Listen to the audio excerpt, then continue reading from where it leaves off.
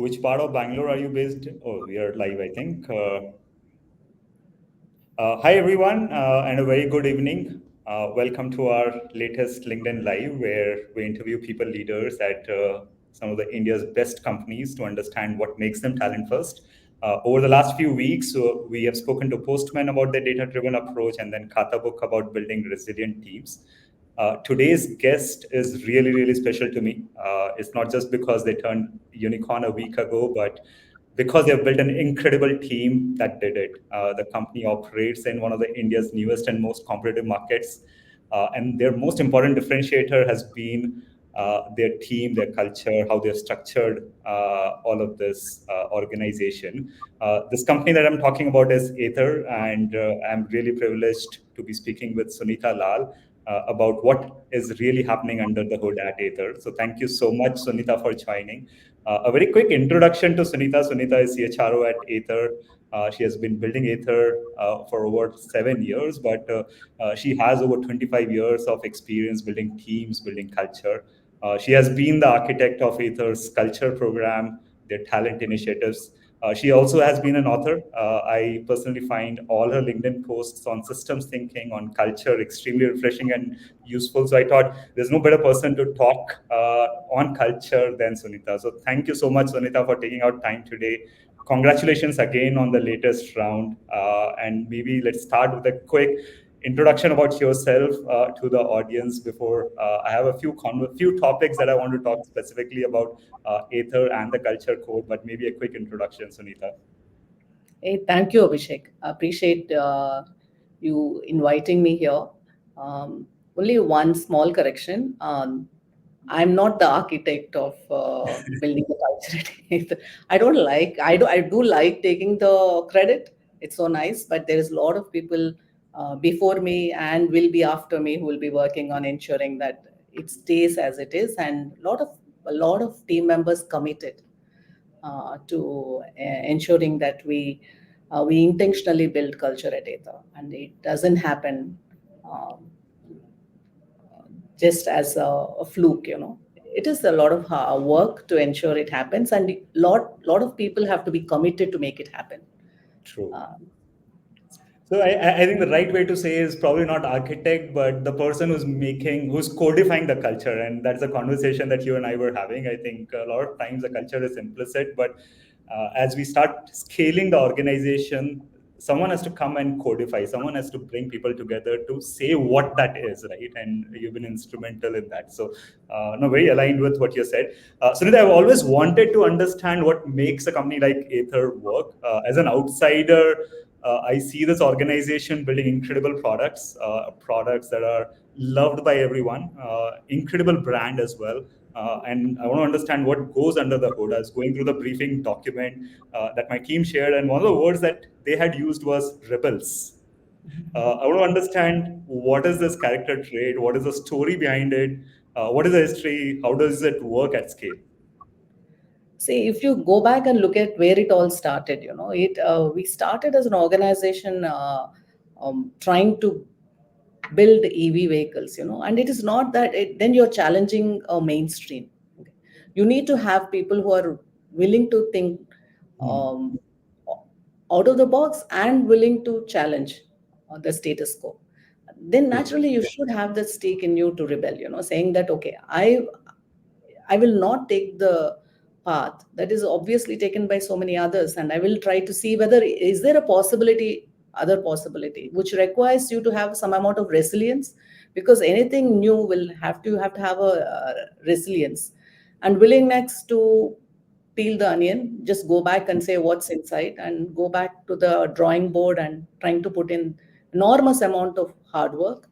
I think either if you ask what is there, if you have to look at Ather, I think it's people who are very passionate, Hmm. people who are very committed to the craft, uh, people who are very happy to be working together. I think that's all Ather is, very passionate about our ideas, thoughts, wanting to put 100% of yourself there, high ownership. Entire Ather's culture or is built on these fundamentals Very because we curious. build. does as the organization scale from, let's say, two founders to early product market fit with maybe 100 people to now you're operating at a scale of over 3,000 people, does the kind of people that you're scaling with, that you're hiring today, does that change? In the early period, you want rebels who want to change the status quo, but at this scale now, if you're hiring your next 5,000 people, the next 10,000 people, do you still look for rebel as the main attribute, or do you look for people who can actually conform to what you are doing? You have a set process in some ways, and you want them to excel at what you're doing. See, what we look for is people who are curious. Hmm. That definitely we want. See, curiosity will allow you to really uh, explore and willing to learn. See, exploration, in the path of exploration, you're also have to be willing to learn. Curiosity is is a space where you are not so guarded. Okay, you're Hmm. willing to uh, work with the unknown. So curiosity is very important for us. Okay, what you're talking about, the reliability, putting in process and ensuring that you have reliable products out there is very important. Hmm. Hmm. We Hmm. realized it when I joined in 2017 to 2019. That journey was realizing that product development itself will not take us to that place. You have to build operations, you have to build Yeah. sales engine, you Yeah. have to embrace process that builds in the reliability. But in the same, each of this, we still look for people who are curious, who are open minded, willing to learn, and first principle thinkers. See, every place we look for these, this is a constant, high ownership. If you look at Hmm. anyone at it, they will be people who are very high on ownership, very Hmm. curious, wanting to see what is not conform to it blindly, but understand context, and based on that context, align. So we say your alignment is basically on context. So context is important for us as a culture at Ather. It is because that we hire people who will not say yes to you just because you are in that position, Hmm. but they will say yes to you because they are aligned to you. And we want people to understand context and align, not blindly do stuff. Got it. Because So it's incredible that you have defined the ideal traits or employee profile that you're looking for, but you're operating in a very competitive space where you have to work really hard for every single talent you want to hire or retain. On a more practical level, can you share like top two, three things that have worked for you at Ather to build that high talent density, getting those kind of people who are really curious, like matching everything that you just mentioned? see, we spend enormous time in hiring talent. Talent acquisition is very committed work for all the leaders, and it is not the job of the HR team to go hire people. It is something which the leaders are committed, Hmm. and the HR teams are committed to ensure we really search for the talent. Spend enormous time ensuring that the team members we are hiring, they understand what they're going to walk into. They almost Hmm. know the organization before they join. We spend Hmm. we I think 5 6 interviews, then trying to understand the organization, its culture, the role, uh, and clarifying the role, and seeing whether the person is as excited as we are, wanting to bring the person into the organization. Because you have to be really committed to Ather, really believe in the story called Ather, for you to be part of Ather. That we are very clear. So we really spend time in having these conversations. They are not interviews. After the first two rounds, I think it is more conversations to understand and ensure that the alignment is there.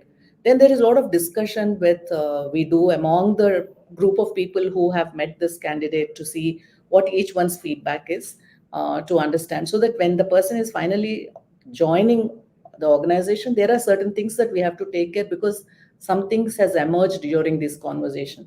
Hmm. This Hmm. requires enormous commitment. True. See, it is not meaningless hiring some 300, 400 people.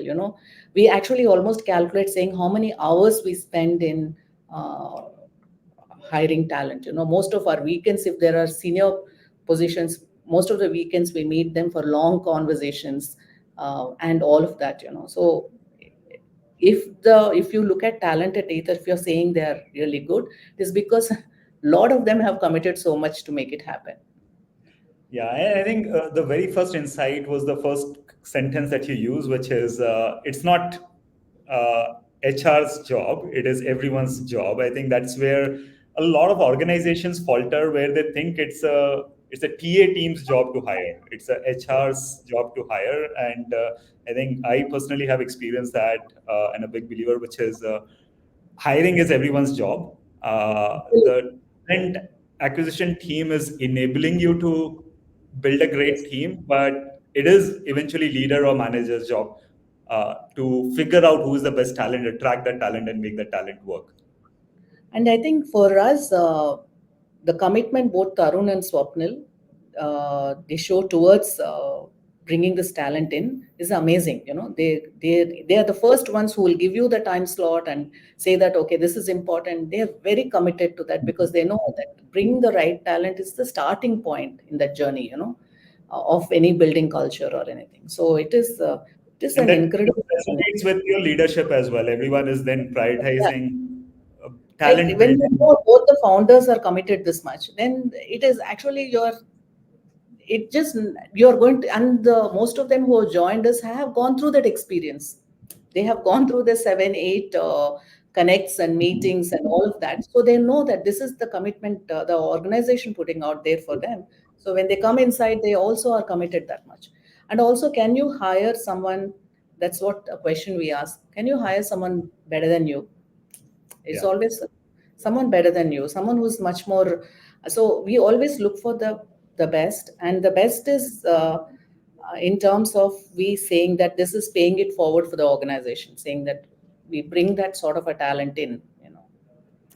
I want to actually, it's an interesting point that you brought at the end, which is it's very, it's a very common parlance. It's a very common idea, which is, hey, hire folks better than you. But I find it really, really difficult for people to execute on the ground. Very, very different reasons. Your ability to attract those people, your ability to sell to those people, but you're also humbleness or humility to accept that hey, someone better than you can be part of your team and you have to manage those people. Has it actually worked on the ground for you at scale? Obviously, there will be some exceptions, but has it worked on the ground? See, why do we hesitate to hire someone better than us? Then the leader who's trying to hire put together the team. uh, they have their own insecurities. One is Correct. not available. The talent not being available is one problem statement. The other was Hmm. the talent, even if available, is being interested in us is another problem statement. Third is Correct. either themselves not feeling confident in hiring this high caliber individuals, because it's almost like you're hiring your successor sometimes. Correct. But if you're looking, you flip that and see, and if from the leader's standpoint, if the leader takes pride on building these teams, takes Hmm. pride in saying, I've really put together this teams that are so good, okay, and takes pride in how many of them are ready to take the difficult positions in the organization or new positions that are emerging. Organization like us, it is expanding, so there are new emerging roles. So Hmm. how many of my own team members have gone in. So you have to look at that aspect of it, and that's what we try to talk about at Ether. I think most of the HR talent partners, we call HRBPs, their job as soon as a new leader joins is to start sitting with them and working with them on org design, saying Hmm. Hmm. what is the current design and what is the design they are looking for, and why is it and how they have to work on it, clarifying roles and looking at talent. So most of the time, leaders, they come in and they're surprised the amount of detailed discussions we have on org design. The reason we do that is primarily because it all starts there. Interesting. And one of the insights that I'm drawing out of this is if it becomes a part of culture that hey, uh, are you getting promoted or are you getting talked about if you're able to hire great people and better people than you, then you yourself are incentivized to go and make that happen, right? You'll become happy about it. So how do you make it part of the day-to-day conversation, and then that removes that hesitation from people? So that's one of the big insights for me as well, which is make that just part of a daily conversation or an expectation from everyone. Before Absolutely. I move, sorry, go ahead, Sunita. No, I said it's true. What you said was absolutely true. So before I move to the next topic, it's for everyone who is listening to us today. Feel free to drop your questions in the comment sections. We'll have a few minutes before we end the session, so we'll try taking at least a couple of questions before we end the session. So Sunitha, my next topic is actually based on a very interesting tidbit that I read about Ather. We hear that. You don't run employee surveys at all, and this is probably the first organization that I've known to follow this philosophy. I'm very curious to learn the why behind this approach, and what do you do instead to understand the pulse of your organization or understand anything that you want to build as a people leader, as a culture leader. See, the annual surveys, they are helpful, um, but we do something much more. We do something much more complex, I think, in our minds at least, is trying to reach out to 20% of the organization once in 18 months or 20 months, called culture Mhm. conversations, where we organize people in cohorts like focus groups, Hmm.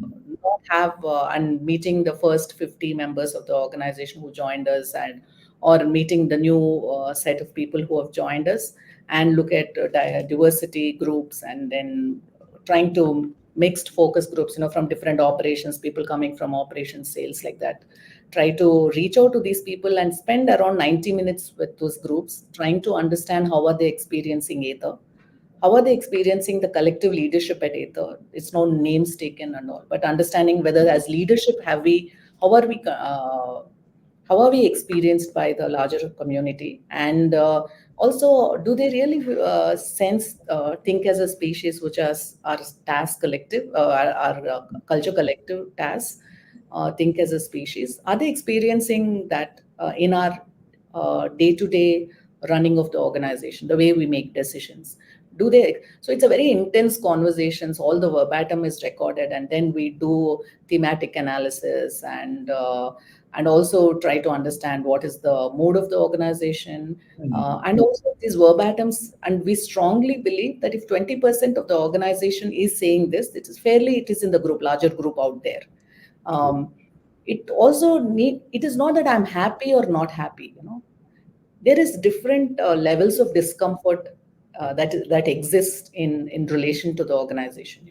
How are you really willing to really understand what's the beneath the Hmm. surface, what is the Hmm. unconscious processes, also trying to understand what's happening.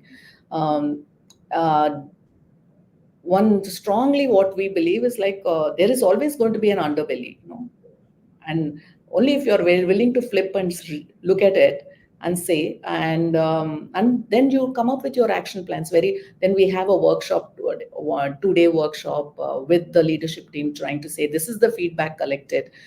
And most of them really hate to see that feedback, because we just really believe we are a good organization. So we're actually good, and we're a phenomenally good organization, no doubt about it. It remains to be phenomenally good because we are willing to look at the underbelly, and say what's happening beneath the surface. We pull out all the themes, and then thematic analysis, and we just say these are the themes emerging. What is the action plan? Then we beat ourselves up, and then we put out the action plan. Then we go to the larger organization, say that this is the feedback you have, this is what we have collected, and these are themes that have come out, this is the action plan. And then we try to look at work. This is a very, very deep work. It is almost it's a socio-analytical way of looking at what's happening in groups. Okay, and we are taking the organization as a larger group and then saying how do we work with it. So it is very intense, but it also needs a lot of commitment from leadership, and willing to see. Change can happen only when you're willing to look at yourself in the mirror. Okay, the Yeah. starting point is there. If you're in denial, it will never happen. Okay, Yeah. You're Yeah. in such a congratulatory mode that you're missing the culture, that the break happens in very small places, then your ability to catch it there and then work the system is the most important part. Then your everyday here and now is anyway captured by talent partners, even talent Mm-hmm. acquisition people, when they're working with leaders, they capture something. This is always bubbled up to the functional heads as state of the system, and we talk about it in their monthly connects, or even sometimes if it's needed, even in between that, they connect and talk. At the leadership team, at the executive council, then we do it once in a quarter to understand the state of the system. These are all done, they're all in place. Other than that, we do this massive exercise once in 18 months. So culture Got it. at Ather is taken as very serious, No, no, so as my take, serious as development. sorry, go ahead. Go ahead. Complete your thought. It is as serious as how we are committed to crafting the product. No, I think my takeaway is actually you're not doing the surveys for the sake of doing surveys and publishing a number. I think a lot of us in any kind of functional roles, any kind of leadership roles, we lose the why behind it, and we just do it because everyone is doing it. We have to publish a employee NPS score, and hence let's do it annually. But you're actually doing it for the real why behind it, which is, hey, we want to improve us as an organization, and for that you need actually much deeper work. You need to peel the onion and figure out what is really breaking rather than just one line of feedback from the employee in that annual survey. So you're actually doing the much harder work than what most of the organizations do. So I think it's and that requires actually not just from the leadership, but you're saying you're doing that with more than 20% of your team at that 18 months frequency, and then a lot of different other frequencies of quarterly, monthly, etc. So it requires a lot of commitment from the larger organization as well to make that happen, to give that to have that transparent conversation, to have that very candid feedback conversation in person, because it's very hard to build a culture where it's easy to give a feedback which is anonymous in nature because I know I'm safe. But how do you build a culture where people feel that they are safe when they're still in that focus group discussion with 20 other people and still give the same quality of feedback that they would have given anonymously? So I think if you're able to do that in a group conversation as well, it is a sign that you have built a very safe environment where everyone on the ground is able to come and talk. Yeah, that's true. It's a very safe environment that consciously is being built, and also these spaces, culture conversations, are also reflective spaces for us. Just to sit and think what happened last 12 months to 18 months. How have we as an organization behaved, and how have we responded? It's also a dialogue. It's also a reflection, time to reflect on each other's realities, and also look at organization as our own. See, Hmm. in the process of engaging in the culture conversation, they are very actively participating in culture building. The weaving culture we say at Ather. So they are part of the process, and they are very committed to it, because they know that the leadership is committed to make it happen. So it requires both sides to be very participative in it. True. No, thank you so much for this insight. I want to move to an adjacent topic around talent. So, we talked a lot about culture, and culture actually plays the biggest role in attracting and retaining talent. But our research also shows that employee benefits play a vital role as well. I'm very curious to understand your approach, Ather's approach to employee benefits, especially given all the constraints. And one of the areas that I want to touch upon is that you have a very diverse employee base to cater to. You have factory workers, you have contractors, you have incredible computer science engineers, product managers, and many more different sets of people. What is your philosophy behind designing healthcare programs, benefit programs for these very different set of audiences who may have very different needs as well? See, first is like there is something like foundation or basic, that premise with which we say that we have to ensure that the healthcare is taken care of and their insurance is taken care. Even in insurance, we are very progressive in many ways. The how Mhm. we cover, uh, and we don't talk about it much because we feel that this is basic thing that has to happen. That's a very Mhm. fundamental thing that has to be taken care of. There are days when we didn't have enough money. There were when our runway did not look so healthy, because you remember in this 7 years or so I've been there, we had 1.5 years of COVID, True. and a startup like us will go through the phases of saying what is funding and realities of funds, the runway, and building a business, product develop, hardware engineering, product development in India. So we never pick up something because we think it is fancy, but we think it is very required for the team member Mm. and their family. And even the lunch that is served is not because we say amazing lunch is served. We just want to take away that inconvenience for you if you're working.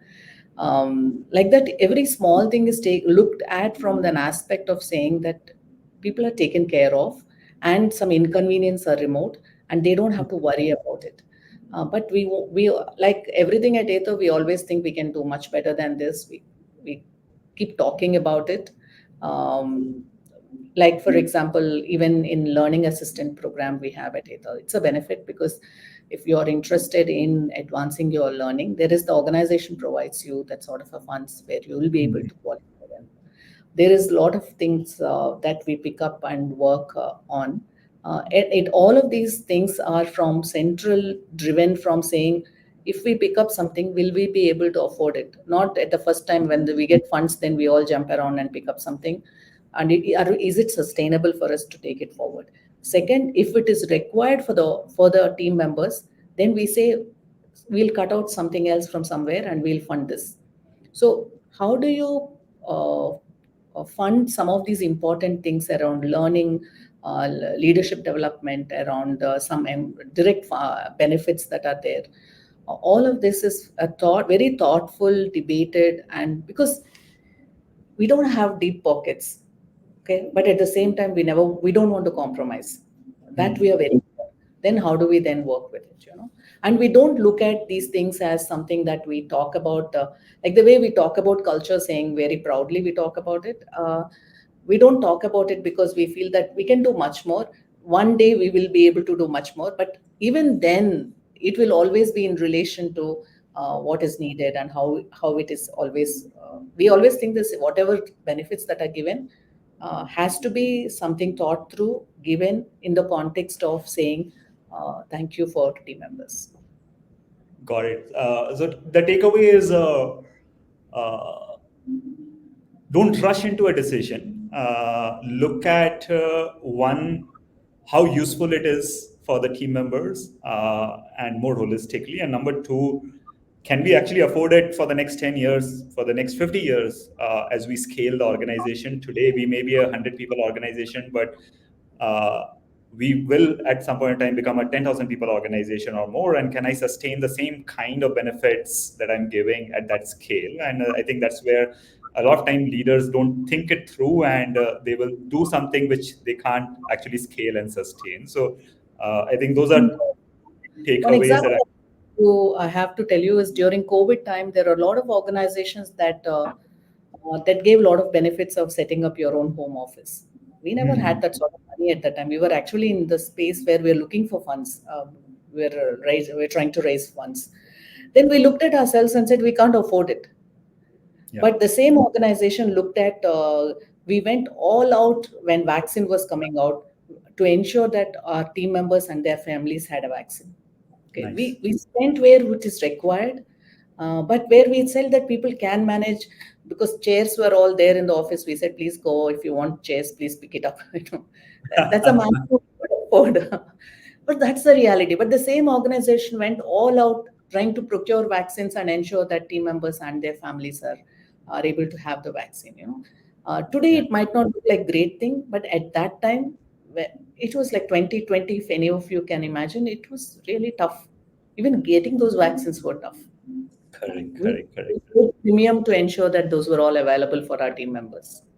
Correct, correct. So it's essentially what you're saying is, don't just chase like what you're hearing in the market. There's always a lot of noise about what is happening today. It may be, hey, how do we support work from home through different kind of budgeting. Tomorrow it may be something else, but don't go behind what is the fancy thing today, but what is really required or beneficial for your people. And every organization is very different. So what is required for your organization can have very different answers compared to what is just happening around you. True. Thank you so much. I know I had a lot of questions, Sunitha, but I just got notification that it's already 30 minutes. So I'm already past that. So before we let you go, I actually wanted to take a couple of questions from the audiences. We're getting a lot of questions. So the first question is, what is the one thing that Ather does differently in searching for this talent? Is it largely word of mouth or referrals or anything else that has worked for you?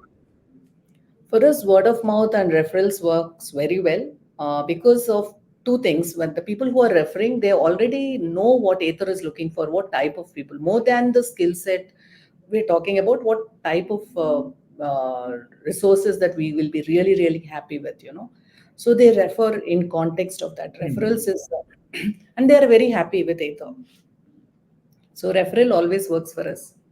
Awesome, awesome, awesome. The second question is from Sandhya. What does work for Ather to help leaders communicate better with each other? And I think this is also very related to the conversation that you and I were having before the start of this live session, which is it's easy to say that work together, collaborate, but it is not something that is ingrained in our Indian education system. So I think it also correlates to that conversation. Yeah, I don't.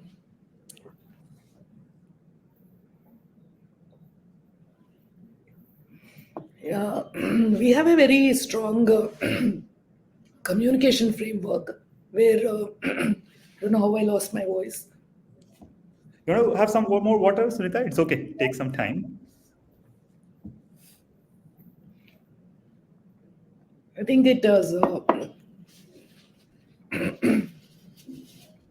It's a lot of work around communication framework where we talk about how the CEO does the communication and the functional leaders does the communication. We have podcast. We have ask me anything sessions. It has been a lot of work around communication. And when we think there is a breakdown on communication, we really make go all out to ensure that both the parties sit and talk. It is not something. If I know two of my team members are not talking to each other or Hmm. some communication failure, me talking to one team member then talking to the other is not work. It will never work. We will say, "Come together. Let's work with this." Got it. Got And it. people at Ather knows one thing very well that we will always, it is always the organization comes first. Your own personal egos and all of that works. I think that's one of the most important thing, which is if you are able to ingrain that culture of org first, company first, Yeah. then it's much easier for people to come around and figure out where things are breaking. And a lot of times things break between people and not just as an individual contributor or as an individual function. So I think that is actually one of the most important things. No, thank you so much for those.